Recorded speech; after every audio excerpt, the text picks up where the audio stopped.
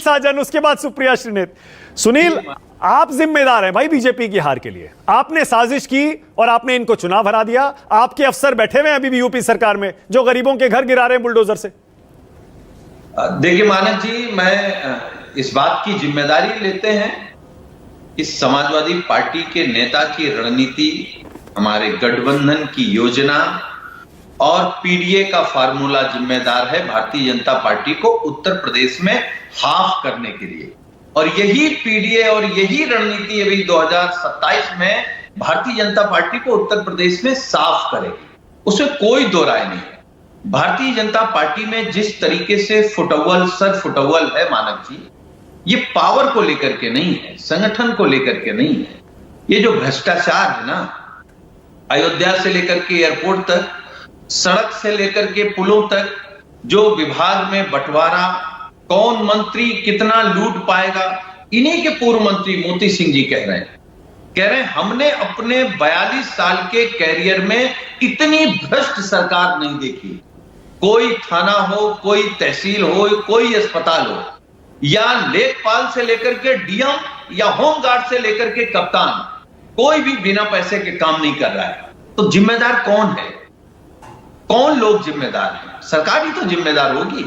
अगर इनके सहयोगी वही बात कह रहे हैं जो माननीय अखिलेश यादव जी कह रहे हैं कि बुलडोजर जो है वो विध्वंस की प्रतिमात्मक चीज है, आप बुलडोजर से कोई नई चीज नहीं कर सकते, कोई नया निर्माण नहीं कर सकते।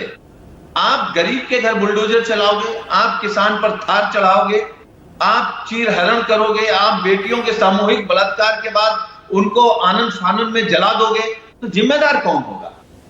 और जो बात आप मानक जी पूछ रहे थे बीजेपी के प्रवक्ता से, वो उनकी मजबूरी है, क्योंकि उनके यहां जो योगी जी और डिप्टी चीफ मिनिस्टरों को लेकर के झगड़ा है ना, उत्तर प्रदेश के दोनों डिप्टी हटाना चाहते हैं अपने नाम के सामने से।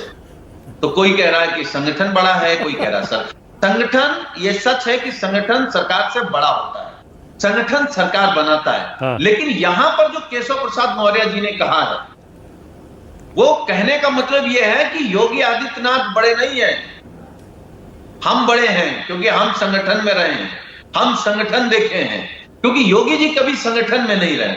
इनके जो विधायक हैं, जो खुद वीडियो बना करके ये कह रहे हैं कि आप माइक लगा देते हैं, कैमरा लगा देते हैं, लोग बात कर लेते। हम कह रहे हैं लोग अपने मोबाइल से अपने सोफे पर बैठ करके, आपके विधायक कह रहे हैं कि 2027 में हम नहीं आ रहे हैं। अच्छा सुनील, आप जब 2027 में नहीं आ रहे हैं, ओके सुनील, तो आपके देखिए सहयोगी क्या करेंगे? ओके सुनील, आपके एक सहयोगी आपके साथ रह करके राजभर जी चुनाव हार गए, आपके दूसरे सहयोगी निषाद जी अपने बेटे का चुनाव हार गए, अनुप्रिया पटेल जी किसी तरीके से बच पाई हैं।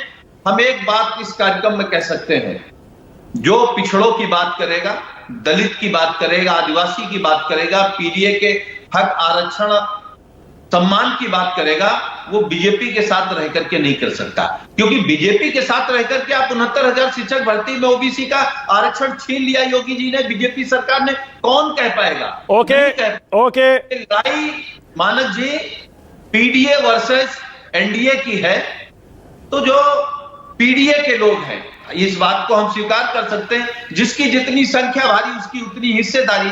ये लोग पिछड़ों के नाम पर, दलितों के नाम पर वोट चाहते हैं।